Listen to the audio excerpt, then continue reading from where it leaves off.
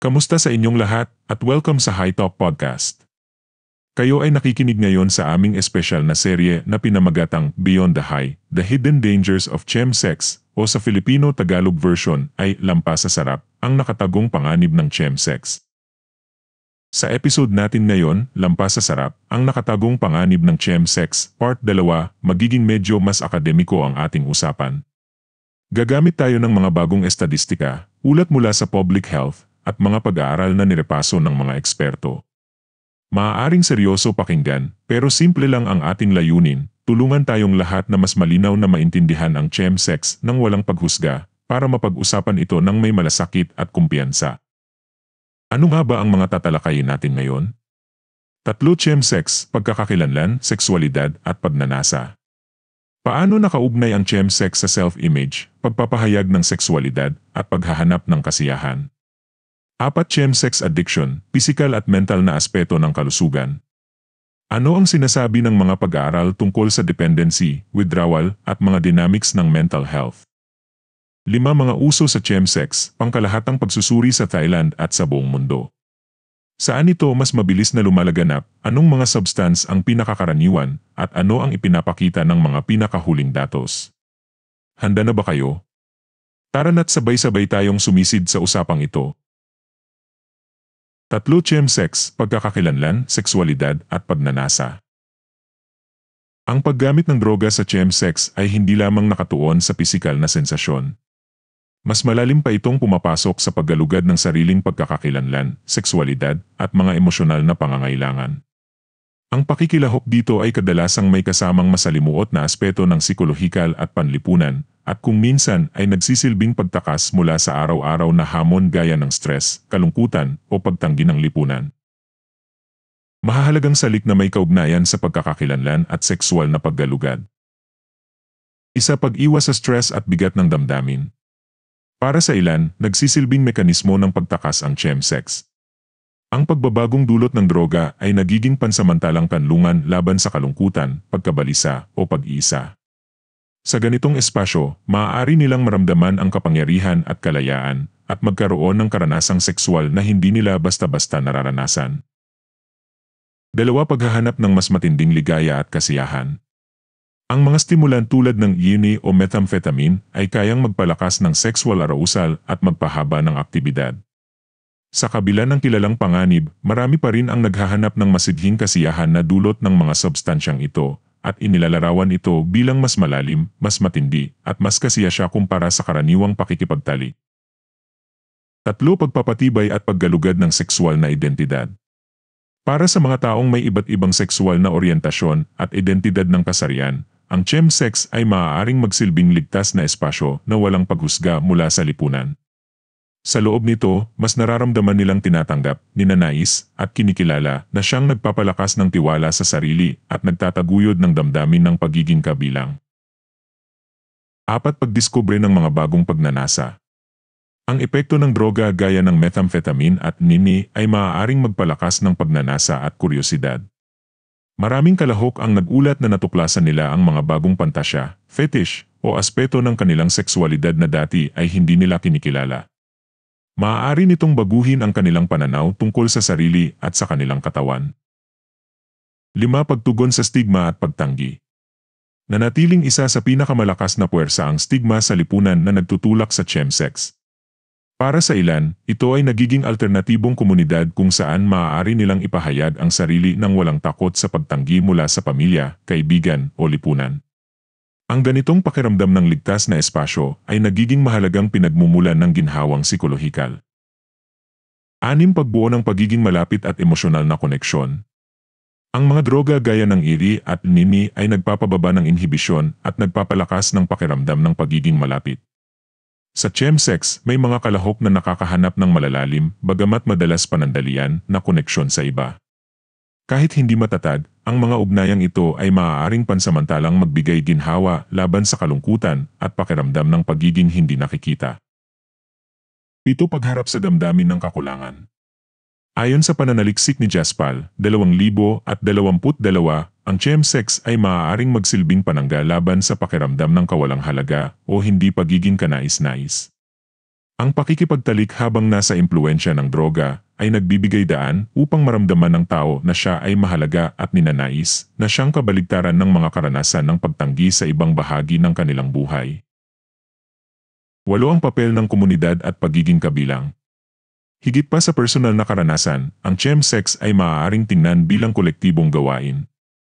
Ang mga grupong kapaligiran ay kadalasang nagpapatibay ng pagkakakilanlan, pagkakaibigan, at pagkilala sa isa't isa. Para sa ilan, ito ay hindi lamang tungkol sa sex o droga, kundi tungkol sa pakikilahok sa isang subculture na nagbibigay ng kahulugan, pagkilala, at pagkakaisa. Psikolohikal na pananaw, Identity Process Theory. Ayon kina Burke at Stetz, 2000 ipinapakita ng Identity Process Theory na ang mga individual ay nagsisikap na mapanatili ang mahalagang aspeto ng kanilang identidad. Self-esteem, self-efficacy, continuity, at distinctiveness. Kapag ang mga elementong ito ay nahaharap sa banta, gaya ng sexual na stigma, panlipunang exclusion, o personal na kakulangan, maaaring magsilbing mekanismo ng pagtakas ang chemsex. Nagbabalik ito ng pakiramdam ng kontrol, kumpiyansa, at natatanging halaga, kahit panandalian lamang. Habang mas nagiging kaugnay ang chemsex sa pagpapanumbalik ng identidad, mas lalong lumalalim ang pagkakaugnay nito sa sarili ng gumagamit. Sa paglipas ng panahon, maaari nitong baguhin ang chemsex mula sa isang aktibidad tungo sa pagiging mahalagang bahagi ng kanilang personal na pagkakakilanlan na nagpapahirap sa kanilang tuluyang humiwalay dito. Mga susunod na direksyon para sa suporta at pananaliksik. Ang pagtugon sa chemsex ay nangangailangan ng higit pa sa pagtutok lamang sa paggamit ng droga. Kailangang isama ang mga psikolohikal at batay sa identidad na mga salik upang matiyak na ang mga interbensyon ay hindi magpapatibay ng stigma o magpapababa sa pagpapahalaga sa sarili. Ang pananaliksik sa hinaharap ay dapat palawakin upang isama ang mga karanasan ng iba't ibang sexual na oryentasyon at identidad ng kasarian at pag-aralan ang penomenon sa mga dimensyong panlipunan, psikolohikal at kultural. Gayon din, napakahalaga na kilalanin ng mga estratehiya sa harm reduction ang chemsex hindi lamang bilang issue ng kalusugan, kundi bilang usapin ng identidad, pagiging malapit, at pakikipag-ugnayan. Sa pamamagitan lamang ng pag-unawa sa maraming antas na ito maaaring makabuo ng makabuluhan, may malasakit, at epektibong tugon. 4. Chemsex addiction, physical at mental na aspeto ng kalusugan. Ang chemsex ay tumutukoy sa paggamit ng mga psychoactive substances habang nakikipagtalik na may layuning dagdagan ang kasiyahan, pahabain ang performance, o palalimin ang kabuuang karanasan. Kabilang sa mga karaniwang ginagamit na substance ay methamphetamine, yili, at cocaine. Ang pagkaka-addict sa chemsex ay maaaring umunlad sa parehong pisikal at psikolohikal na antas na may malalim na epekto sa katawan, isipan, at kalidad ng buhay. Pisikal na pagka-addict sa chemsex.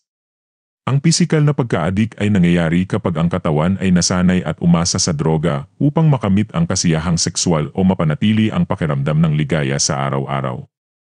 Ang paulit-ulit na paggamit ay nagbabago sa balance ng neurochemical ng utak, partikular sa dopamine, serotonin, at norepinephrine, mga neurotransmitter na nagkokontrol ng gantimpala, mood, at pagnanasa. Pisikal na pagdepende.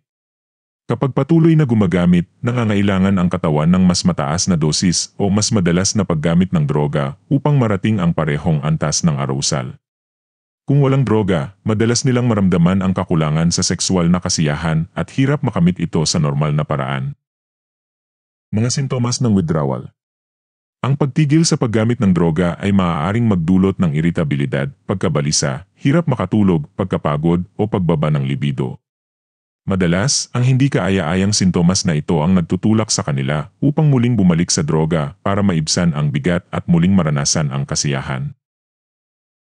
Mga panganib sa pisikal na kalusugan. Kadalasan, ang chemsex ay nagsasangkot ng mahabang oras ng pakikipagtalik at minsan ay walang proteksyon na nagpapataas ng panganib ng sexually transmitted infections, STIs, kabilang ang LI. Ang pamatagalang paggamit ay nakaapekto rin sa cardiovascular system, nervous system, at pangkalahatang kalusugan. 2. Psikolohikal na pagka-addict sa chemsex. Higit pa sa pisikal na epekto, ang pagkaka-addict sa chemsex ay malalim ding nakaugnay sa emosyon, mental na kalusugan, at asal. Ang psikolohikal na pagdepende ay kadalasang umuusbong kapag iniugnay ng mga individual ang paggamit ng droga sa ginhawa, identidad, at kahulugan. Pag-iwas sa stress at emosyonal na bigat. Maraming kalahok ang gumagamit ng chemsex bilang paraan upang makatakas sa pagkabalisa, depresyon, kalungkutan, o hindi natatapos na stress. Nagsisilbing pansamantalang kanlungan ang droga na nagpapadali sa paglimot ng emosyonal na sakit, kahit panandalian lamang. Pagka-adik sa matinding karanasan sexual. Ang matinding euforia na dulot ng droga ay maaaring magparamdam na hindi na kasiya siya ang normal na pakikipagtalik. Ang ilan ay nahuhumaling sa sukdulang kasiyahang hatid ng chemsex at paulit-ulit nila itong hinahanap upang mapanatili ang pakiramdam ng ganap na sexual na kasiyahan. Paghahanap ng kahulugan at kumpirmasyon ng sarili. Para sa mga individual na nakikipaglaban sa stigma o hirap tanggapin ang sarili, ang chemsex ay maaaring magsilbing kasangkapan sa pagpapatibay ng kanilang sexual na identidad. Sa mga espasyong ito, madalas nilang maramdaman ang pagtanggap at pagnanasa ng iba na nagbibigay ng mas malalim na kumpirmasyon sa sarili. Mga siklo ng reinforcement. Kapag iniugnay ng utak ang chemsex sa kasiyahan at pagtanggap, nagiging self-reinforcing ang asal. Maraming gumagamit ang paulit-ulit na bumabalik dito, kahit alam ang panganib at negatibong epekto. 3. Panlipunan at kultural na dimensyon ng chemsex addiction. Ang pagkaka-addict sa chemsex ay hindi lamang personal o medical na usapin, kundi malaki rin ang impluensya ng mas malawak na salik panlipunan at kultural. Isang penomenon sa partikular na mga komunidad. Madalas makita ang chemsex sa mga nesen, men who have sex with men, kung saan ito'y nagiging paraan ng koneksyon, empowerment, at pagiging kabilang. Gayunpaman, hindi ito limitado sa isang komunidad at maaaring mangyari sa iba't ibang sosyal na konteksto. Stigma at marginalization. Ang stigma at pagtanggi na may kaugnayan sa sexualidad ay malalaking puwersa na nagtutulak dito. Para sa marami, ang chemsex ay nagiging ligtas na espasyo mula sa paghusga, kung saan malaya silang makapahayag ng sarili nang walang takot sa exclusion. Epekto sa mga relasyon. Bagamat maaaring lumikha ang chemsex ng matinding panandaliang koneksyon, maaari rin itong sirain ang pangmatagalang relasyon. Ang pansamantalang pagiging malapit ay kadalasang sinusundan ng pakiramdam ng kawalan, kalungkutan, o paglayo. 4. Mga susunod na direksyon para sa suporta at pananaliksik. Ang pagtugon sa pagkaka-addict sa chemsex ay nangangailangan ng komprehensibong pamamaraan na kinikilala ang parehong pisikal at psikolohikal na salik, pati na rin ang konteksto panlipunan. Ang paggamot at therapy ay dapat nakatuon sa parehong pisikal na pagdepende at psikolohikal na pangangailangan. Dapat magbigay ang psychological support ng mas malulusob na paraan ng pagharap sa stress at kalungkutan. Mahalaga ang harm reduction strategies gaya ng edukasyon sa mas ligtas na paggamit ng droga at pag-iwas sa hiwi. Ang pananaliksik sa hinaharap ay dapat isama ang karanasan ng iba't ibang sexual na oryentasyon at identidad ng kasarian upang higit pang maunawaan ang penomenon sa iba't ibang komunidad. Ang pananaliksik sa hinaharap ay dapat isama ang karanasan ng iba't ibang sexual na oryentasyon at identidad ng kasarian upang higit pang maunawaan ang penomenon sa iba't ibang komunidad. 5. Mga uso sa chemsex, pangkalahatang pagsusuri sa Thailand at sa buong mundo. Ang chemsex, mga gawaing sexual na ginagamitan ng psychoactive substances, ay patuloy na tumataas sa Thailand at maging sa buong mundo, lalo na sa mga nesel, men who have sex with men, at transgender communities. Hindi lamang ito tungkol sa mas matinding kasiyahan, ito rin ay nakaugnay sa kalusugan ng pag-isip, dinamika ng lipunan, at mga kultural na pamantayan. Isa mahahalagang estadistika at pananaliksik. UNAIDS 2023, sa ilang pangunahing lungsod sa buong mundo, higit sa 25% ng men who have sex with men ang nakilahok sa chemsex. Sa ilang bansa, ang prevalence ng LI sa grupong ito ay hanggang 22 beses na mas mataas kumpara sa pangkalahatang populasyon.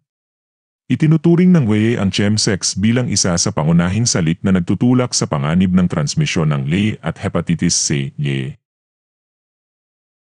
Ang paggamit ng methamphetamine, meth, at EV sa mga chemsex na gawain ay nagpapataas ng panganib ng LI at LC ng tinatayang 3-5 beses kumpara sa pakikipagtalik na walang droga.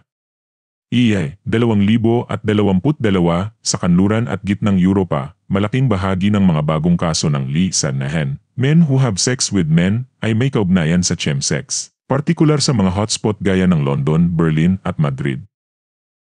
CI 2020 ang mga Nesen, men who have sex with men, na gumagamit ng methamphetamine habang nakikipagtalik ay may mas mataas na antas ng Lee prevalence. Sa mga na nabubuhay na may Lee, humigit kumulang 42% ang nag-ulat na dati nang lumahok sa chemsex. APCOM 2021 sa kabuuan ng Timog Silangang Asya. Ang chemsex ay pangunahing salik sa hindi proporsyonal na mataas na antas ng Lee sa Nahen, men who have sex with men. Kabilang dito ang Thailand, Vietnam, at Cambodia na tinukoy bilang mga pangunahing lugar na dapat pagtuunan ng pansin. Asia Pacific Lee Update 2022 sa Thailand, ang Lee prevalence sa Nesen, men who have sex with men, ay nasa pagitan ng 11%. Mahigit 30% ng mga kalalakihan na gumagamit ng substance sa pakikipagtalik ang nag-ulat ng hindi palaging paggamit ng kondom. Itong mga ebidensya ay malinaw na nagpapakita na ang chemsex ay isang mahalagang issue ng pampublikong kalusugan na may malinaw na pattern sa bawat rehiyon at magkakaparehong senyales ng panganib. Nagbibigay ito ng balangkas para sa mga praktikal na tugon, kabilang ang harm reduction, suporta sa kalusugang pangkaisipan, at mga serbisyong walang bahid ng stigma na masusuriin pa sa mga susunod na bahagi. Dalawa mga uso sa chemsex, isang pangkalahatang pagsusuri sa Thailand at sa buong mundo. Ang chemsex, pakikipagtalik na ginagamitan ng psychoactive substances, ay patuloy na lumalaganap sa Thailand at maging sa iba't ibang panig ng mundo, lalo na sa Nahen, men who have sex with men, at transgender communities. Hindi lamang ito tungkol sa mas matinding kasiyahan, ito rin ay nakaugnay sa kalusugan ng pag-isip, panlipunang presyon, at mga kultural na pamantayan. Southeast Asia, Lae. Thailand. Malinaw ang paglago sa Bangkok, Pattaya, at Chiang Mai, partikular sa Nahen at transgender na tao. Karaniwang ginagamit na substances ay methamphetamine, crystal meth, yili, ketamine, at heroin. Ayon sa UNAIDS, 2022, tinatayang 11% ng Nahen sa Thailand ang may Lee prevalence, ilang beses na mas mataas kumpara sa pangkalahatang populasyon, at ang chemsex ay itinuturing na isa sa mga salik. Myanmar. Sa Yangon at Mandalay, tumataas ang pag-uulat ng chemsex sa MESEL gamit ang methamphetamine, white tablet, at ketamine. Dahil sa mga umiiral na estrukturang panlipunan at relihiyosong presyon, maraming Nahen ang nahaharap sa hadlang sa pag-akses ng serbisyong pangkalusugan at madalas na iniiwasan ang Lee testing. Tulad ng sa ibang bansa, lumitaw ang chemsex bilang pangunahing salik na nag-aambag sa mas mataas na antas ng Lee sa Nahen sa Myanmar. Vietnam. Malawak ang pagdaraos ng chemsex party sa Nahen at kabataan gamit ang methamphetamine, ketamine, at nili. Ayon sa isang pag-aaral sa Ho Chi Minh City, higit sa 28% ng kalahok sa chemsex ang hindi palaging gumagamit ng kondom. Cambodia. Ang methamphetamine, na dati laganap sa pangkalahatang populasyon, ay lalong naiugnay ngayon sa chemsex sa Phnom Penh. Ayon sa UNAIDS, humigit kumulang 14% ng Nahen dito ang may Lee prevalence. Philippines. Naiulat ang paggamit ng methamphetamine, crystal meth, at AV sa Nesen. Malaki ang limitasyon sa pag-akses ng serbisyong pangkalusugan dahil sa stigma panlipunan at relihiyon na pumipigil sa epektibong Lee prevention. Indonesia. Sa Jakarta at Bali, tumataas ang ulat ng chemsex sa Nahen at transgender women, madalas gamit ang methamphetamine, ecstasy, lili at ili. Limitado ang akses sa harm reduction programs at nagpapatuloy ang stigma laban sa kaitilis panandang pandagdag na nagdudulot ng mas mataas na vulnerability sa Lee. Lokal na pag-aaral ang nag-ulat ng hindi palagyang paggamit ng kondom sa mga chemsex encounters, lalo na sa nightlife settings. Malaysia. Sa kabila ng mahigpit na batas sa droga, may ulat ng underground chemsex activity sa Kuala Lumpur at Penang. Pinakakaraniwang substances ang methamphetamine at ketamine. Nahen at transgender individuals ay madalas na umiiwas sa Lee testing at serbisyong pangkalusugan dahil sa takot sa legal na parusa at stigma. Asia. China. Patuloy ang chemsex sa Beijing at Shanghai sa NSL gamit ang methamphetamine, yivi, ketamine at cocaine. May mga kaso ng kombinasyon ng heroin at stimulants, speedballing, na itinuturing ng BEI bilang high-risk pattern. Ayon sa pag-aaral sa Beijing, 2021, humigit kumulang 30% ng mga kalalakihang kalahok sa chemsex ang nagpositibo sa li. Hong Kong at Taiwan. Malinaw ang kaugnayan ng chemsex at mataas na V-rates, 25-30% sa NL, partikular sa mga gumagamit ng ili at ketamine. Sa Taipei, mabilis ang paglago ng chemsex networks, gamit ang methamphetamine at ecstasy. Lumabas sa mga survey ang malakas na koneksyon ng chemsex at mababang paggamit ng kondom, dahilan ng pagtaas ng STI transmission. Singapore. Sa kabila ng mahigpit na batas, may ulat ng chemsex sa online networks at pribadong lugar gamit ang methamphetamine at ili. Japan at South Korea. May mga ulat ng paggamit ng methamphetamine at nini sa NSL, kadalasang nakaangkla sa club culture at pribadong parties. Middle East. Israel. Sa Tel Aviv, karaniwan ng chemsex sa mehel gamit ang methamphetamine, ili at ketamine.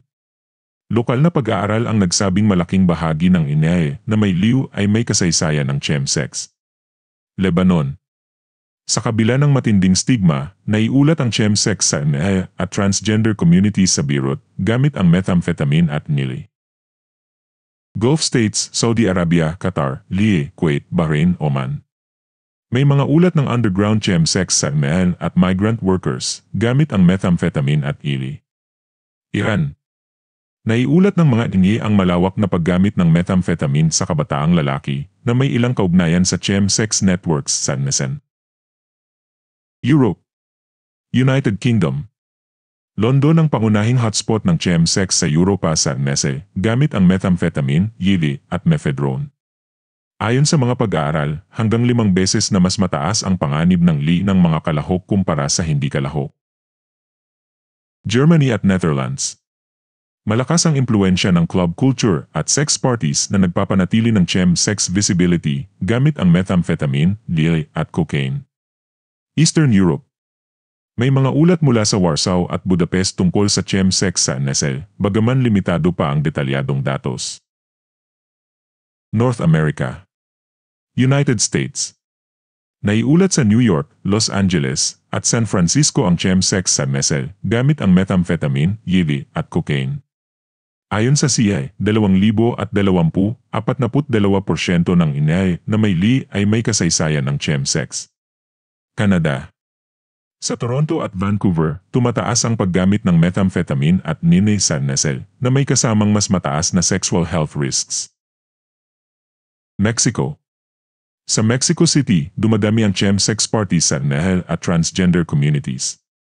Karaniwang substances ang methamphetamine, ili at cocaine. Itinampok ng pananaliksik ang mataas na V prevalence sa mga kalahok na lalo pang pinapalala ng stigma at kakulangan sa harm reduction services. South America. Brazil. Malalaking festivals at parties ang tampok na lugar ng chemsex sa NSL gamit ang cocaine, li at methamphetamine. Ayon sa UNAIDS, higit sa 18% ng adolescent li ang may li prevalence. Napansin sa mga pag-aaral na unti-unting naisasama ang chemsex sa nightlife culture ng São Paulo at Rio de Janeiro. Argentina. Sa sex party scenes ng NSL, karaniwan ang paggamit ng il, cocaine at ili. Australia & Oceania. Australia. Sa Sydney at Melbourne, patuloy ang chemsex sa NSL gamit ang methamphetamine at ili. Ayon sa National Health Reporting, malaking bahagi ng NIA na may li sa mga pangunahing lungsod ay may kasaysayan ng chemsex. New Zealand. Naiulat ang paggamit ng methamphetamine at lili sa NSL sa mga pribadong pagtitipon. Africa. South Africa. Sa Johannesburg at Cape Town, naiulat ang chemsex sa NSL gamit ang methamphetamine at mandrax. Nigeria at Kenya. Tumataas ang ulat ng paggamit ng stimulants at ED sa NSL, bagaman limitado pa ang datos. Konklusyon. Ang chemsex ay hindi limitado sa ilang bansa lamang, ito ay umuunlad bilang isang global subculture. Ayon sa BIRI at UNAIDS, ang mga antas ng li, yisi, at iba pang nisruwe sa mga kalahok sa chemsex ay mas mataas ng malaki kaysa sa karaniwang populasyon. Ang pagsusuring ito ang naglalatag ng pundasyon para sa susunod na bahagi, kung saan mas malalim nating tatalakayin ang mga epekto, pisikal, psikolohikal, at panlipunan at mga praktikal na tugon sa pamamagitan ng harm reduction. Tatlo mga salik na nagtutulak sa pagtaas ng chemsex sa Thailand at sa buong mundo. Ang paglaganap ng chemsex ay hindi maituturo sa iisang dahilan lamang. Ito ay lumilitaw mula sa pagsasangasangang dimensyon, personal na pagnanasa, pressure sa kalusugan ng isip, kultura ng party, at mas madaling pag-akses sa droga. Sa pandaigdigang pananaw, ang mga salik na ito ay magkakaugnay sa iba't ibang rehiyon, kahit pa magkakaiba ang kalagayang panlipunan, pang-ekonomiya, at pangkultura. Isa, pinaigting na pagnanasang sexual. Madalas makita ang chemsex bilang paraan upang maranasan ang tinuturing na lampas sa karaniwan. Ang mga substance gaya ng methamphetamine, meth, lili, at AV ay nagpapasigla sa nervous system, nagpapataas ng libido, at nagpapahaba ng sexual activity. Timog Silangang Asya, HAL. Thailand at Vietnam, iniulat ng ilang kalahok na mas matibay at mas tumatagal ang kanilang karanasan. Europa, lalo na sa London at Berlin, sa ilang subkultura, tinitingnan ang chemsex bilang isang bagong normal sa pakikipagtalik. 2. Pag-iwas sa stress at mga suliraning psikolohikal. Para sa marami, ang chemsex ay nagsisilbing pansamantalang takas mula sa stress, kalungkutan, at urban isolation. Bangkok, iniulat na ginagamit ito upang makabawas sa bigat ng trabaho at pressure ng lungsod. Hilagang Amerika, inilarawan bilang lugar upang sipatahimikin ang kalungkutan sa mapagkumpetensyang kapaligiran ng lungsod. Gitnang Silangan, ginagamit ng ilan upang makayanan ang pressure ng pamilya at relihiyon na hindi tinatanggap ang kanilang identidad sexual. 3. Panlipunang pagtanggap at ligtas na espasyo. Ang chemsex ay nakikita bilang kanlungan para sa baitiris panandang pandagdag communities upang tuklasin ang identidad at pagnanasa ng walang takot sa paghusga. Timog Silangang Asya, madalas nakikita ng NIA ang pribadong chemsex settings bilang mas ligtas na espasyo. Europa, nagsisilbi ang ilang pagtitipon bilang hub ng komunidad kung saan nakabubuo ng ugnayan at intimacy. Gitnang Silangan, tinatrato ang underground gatherings bilang ilan sa mga daan para sa sexual na pagpapahayag. 4. Mas madaling pag-akses sa droga. Ang mga online network at iligal na pamilihan ay nagpapababa ng hadlang sa pagbili ng droga. Timog Silangang Asya, HAL. Thailand at Malaysia, iniulat ang akses sa methamphetamine at ketamine sa pamamagitan ng online circles. Europa at Hilagang Amerika, mas pinadadali ng dark market channels ang pagbili ng cocaine at nili. Aprika, HAL. South Africa at Nigeria, ang pagpupuslit ng cocaine at heroin ay nagdadagdag ng high-risk combinations. 5. Mga puwang sa serbisyong pangkalusugan at stigma. Pinipigilan ng stigma ang mga tao na maghanap ng sexual health care, YA testing o harm reduction support. Thailand, maraming daitilis panandang pandagdag individuals ang umiiwas sa YA testing dahil sa takot sa diskriminasyon. Hilagang Amerika, kahit may PrEP at mga klinika, pinipigilan pa rin ng anticipated stigma ang ilan sa pag-akses ng serbisyong pangkalusugan. Gitnang Silangan, ginagawang delikado o halos imposible ng mga batas at panlipunang parusa ang pag-akses ng mga serbisyo. 6. Impluwensya ng mga kaibigan at niche subcultures. Maaaring hilahin ng mga umiiral na grupo ang mga bagong tao na ginagawang anyo ng social entry ang paglahok. Bangkok, madalas nagsisimula sa imbitasyon mula sa malalapit na kaibigan. Europa, lumago ang chemsex bilang malinaw na subkultura na dumarami ang miyembro. Hilagang Amerika, malalaking pribadong party na pinagsasama ang droga at sex ang nag-angkla ng practice sa urban nightlife. 7. Kultura ng party at nightlife. Malalaking lungsod ang direktang nag-ugnay ng clubbing at after-hour scenes sa chemsex. London at Berlin, lantaran ang koneksyon ng gili at meth sa ilang sexual events. New York at San Francisco, ang mga party networks ay naiugnay sa V-transmission clusters sa NAN. Silangang Asya, Taipei at Tokyo, mas madalas na nagaganap ang mga pagtitipon sa pribadong lugar kaysa pampublikong nightlife spaces. 8. Pressure sa ekonomiya at araw-araw na suliranin. Sa ilang rehiyon, ang partisipasyon ay refleksyon ng mas malawak na stress sa ekonomiya at panlipunang limitasyon. Timog Silangang Asya, inilarawan ng kabataan ang chemsex bilang pagtakas mula sa trabaho at kabalisahan sa kita. Gitnang silangan, pinagsamang kawalan ng katiyakan sa ekonomiya at panlipunang restriksyon ang nagtutulak sa ilan patungo sa underground scenes. Aprika, ang kahirapan at kakulangan ng oportunidad ay nagpapatibay ng siklo ng drug dependence sa ilang komunidad. Pagsasama-sama, ang mga salik na ito ay bumubuo ng masalimuot na network. Ang mga tao ay hindi lamang naghahanap ng mas matinding kasiyahan, sinusubukan din nilang pamahalaan ang psikolohikal, pang-ekonomiya at panlipunang pasanin. Gayunpaman, ang kahinaan ng support systems at ang patuloy na stigma ay nagpapahirap sa pag-abot ng mga solusyon. Pagsasama-sama, ang mga salik na ito ay bumubuo ng masalimuot na network. Ang mga tao ay hindi lamang naghahanap ng mas matinding kasiyahan, sinusubukan din nilang pamahalaan ang psikolohikal, pang-ekonomiya at panlipunang pasanin. Gayunpaman, ang kahinaan ng support systems at ang patuloy na stigma ay nagpapahirap sa pag-abot ng mga solusyon. Kumusta kayo matapos ang episode natin ngayon? Ngayong araw, mas malinaw nating nakita kung bakit nagiging malaking usapin ang chemsex, ano ang mga puwersang nagtutulak dito sa iba't ibang bahagi ng mundo, at ilan sa mga problemang maaaring hindi natin inaasahan pero dala nito. Sa susunod na episode, mas hihimayin pa natin ang mga totoong epekto nito sa pisikal na kalusugan, sa mental health, at maging sa ating mga komunidad. Seryosong usapan ito, pero higit doon, ito rin ay tungkol sa malasakit, pag-unawa, at mga praktikal na paraan para makausad.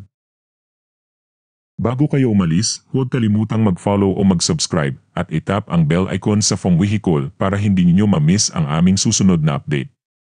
Malaking tulong ang inyong suporta para mas marami pang tao ang makinabang sa ganitong klaseng usapan. Maraming salamat sa pakikinig at magkita-kita tayo sa susunod na episode. Sawas di Crab.